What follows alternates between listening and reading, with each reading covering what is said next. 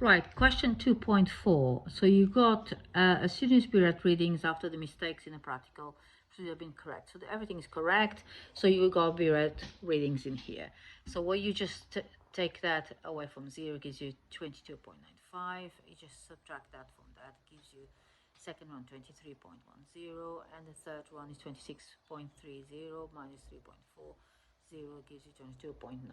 The first thing you must do is always put in two decimal places, because if you don't do two decimal places, you won't get a mark for that.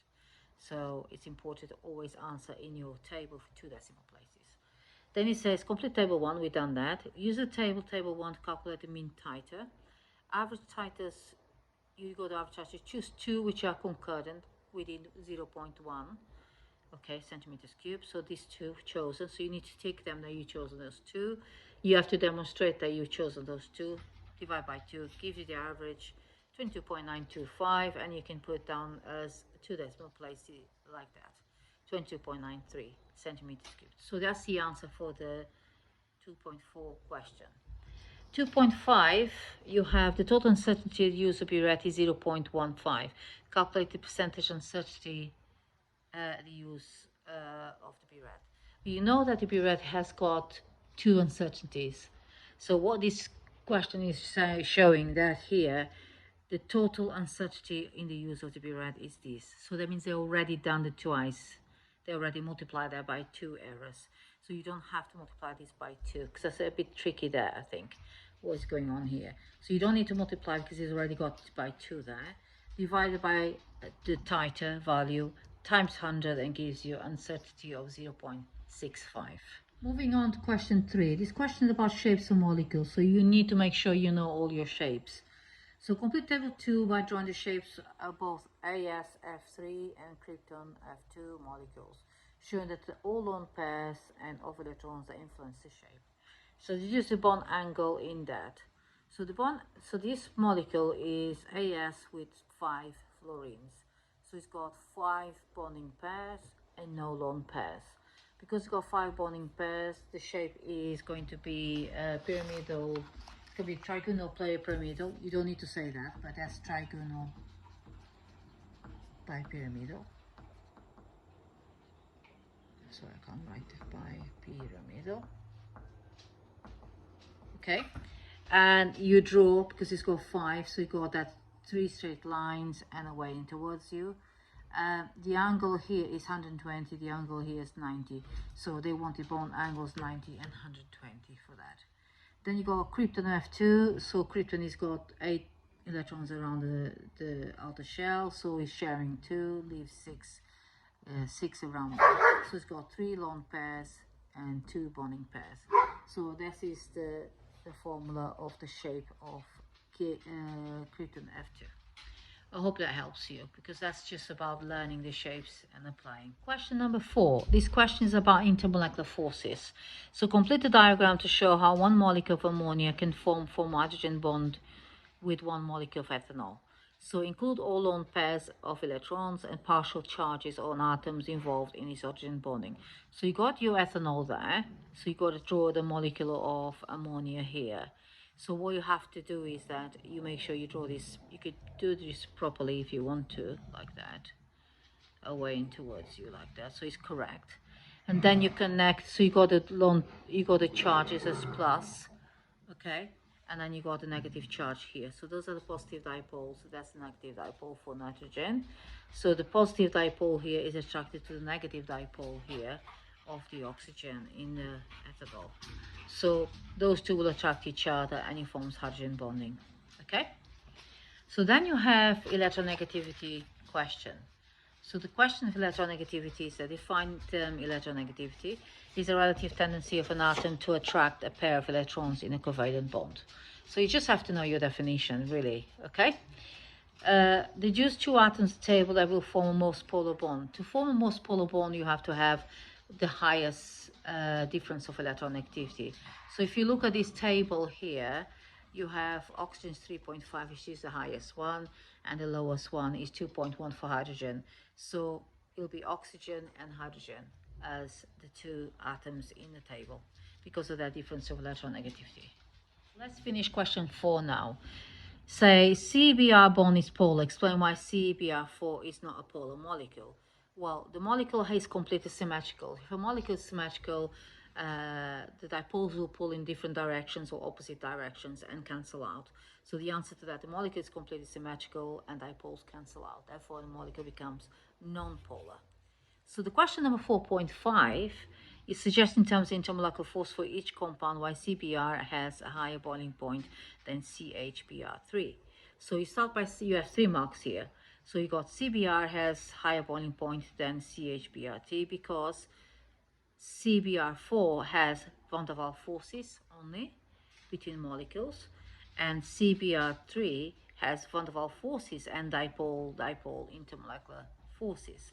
So the intermolecular forces between CBr4 molecules are stronger than intermolecular forces between CHBr3, therefore higher boiling point. That's how you answer that. So 1 mark, 2 marks, 3 marks. Okay? Question number 5, what we're going to do now, and I'm going to explain what I've done. So a sample antimony is analyzed time flight TOF, and we found to contain 2 isotopes, 121 and 123. Okay? And then it says, after electron impact ionization energy, all ions are accelerated to the same kinetic energy. They travel through the flight tube at 1.05 long length. Okay? 121 isotope takes this amount of seconds to travel through the flight tube. So they give you the kinetic energy formula here, but they also you need to know the other formula, which is V equals velocity distance over time. So you need these 2 formulas, whatever question you do, okay? And they use other information here. So the first thing is calculate the mass in kilograms of 121 Sp plus ion. So the mass of 1 kilogram in kilograms is 121 times 10 to the minus 3 divided by 6.02 times 23. How you do that? So you got 121 isotopes, so it looks like it's a dot there, but it's not. So you divide by that, then you divide by 1,000, so that's the same thing, and gives you this in kilograms. Then you take the formula V equals D divided by T. So you put the distance divided by time, and then you get the velocity, which is this value here. The next thing you do, you work out kinetic energy, okay, of your same isotope. So you get 2.009 times 10 minus 25 times the kinetic energy divided by 2 gives you the kinetic energy of total kinetic energy of that. The next thing is that to work out the velocity of, because this is calculate the time taken for SP2123 to travel through the same tube. Okay, so you need to work out V. Okay, so you go V for 120 velocity for 122 because you need to use this formula next. So if you work out V, then you can work out time because you got a distance. Okay, so then you rearrange this formula. You got 2Ke divided by mass, but we need to know the mass of your isotope 123. So you do exactly the same for isotope 123 divided by 6 times 10 to 23 will give you mass 2.0432 times 10 minus 25 kilograms. Then you replace that in that formula, so it's a bit all squashed together. So you got 2 times this kinetic energy divided by mass. That will give you velocity of 175,607 meters per second. Once you have that, we're not finished yet, we need to find the time. So if you rearrange the formula to find the time, you got distance over velocity, which gives you 5.98 times 10 minus 4 seconds. I hope it made sense. That's quite a tricky, sort of, not tricky, a bit more difficult type of question to answer. Thanks. Right, iodide ions can be oxidized to iodine using oxidizing agents such as iodide 5 ions and concentrated sulfuric acid. State in terms of electrons the meaning of oxidizing agent. So the oxidizing agents are gain of electrons. In acidic solution, iodide ions oxidize to iodide ions oxidize to iodide, ions to iodine. So this is the equation, okay? So you have to answer here, give a half equation for the oxidation of iodide ions to iodine. So you start by put iodide ions here. Let me just get these closer for you. So put iodide ions to iodine, and then what you do, you put 2 there to balance 2 iodines, and then you got 2 electrons to balance the charge because it's 2 negative. The reduction half equation is whatever is left over here. So you go iodide ions and you got this bit here, and you got this bit here was missing. Okay, and then that gives you water and iodine there. So the next bit here is you balance the equation. So you balance the oxygens here, which is 6. Oxygens gives you 6 waters. Then you balance the hydrogens, which gives you 12.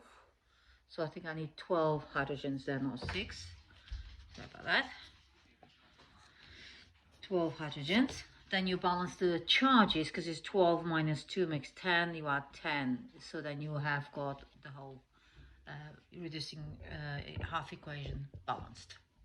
And the last bit of this equation is when iodide ions are oxidized using concentrated sulfuric acid, sulfur dioxide, a yellow solid, and a foul-smelling gas are all formed. So given the equation to show the reaction between iodide ions and concentrated sulfuric acid to form a yellow solid. So identify the foul-smelling gas. So you got iodide ions and you got sulfuric acid, so that's balanced again. And the yellow solid is your sulfur, and the rest is a balanced equation. So the foul smelling gas is H2S, which is like a really bad smell. So that's to answer this question number 6.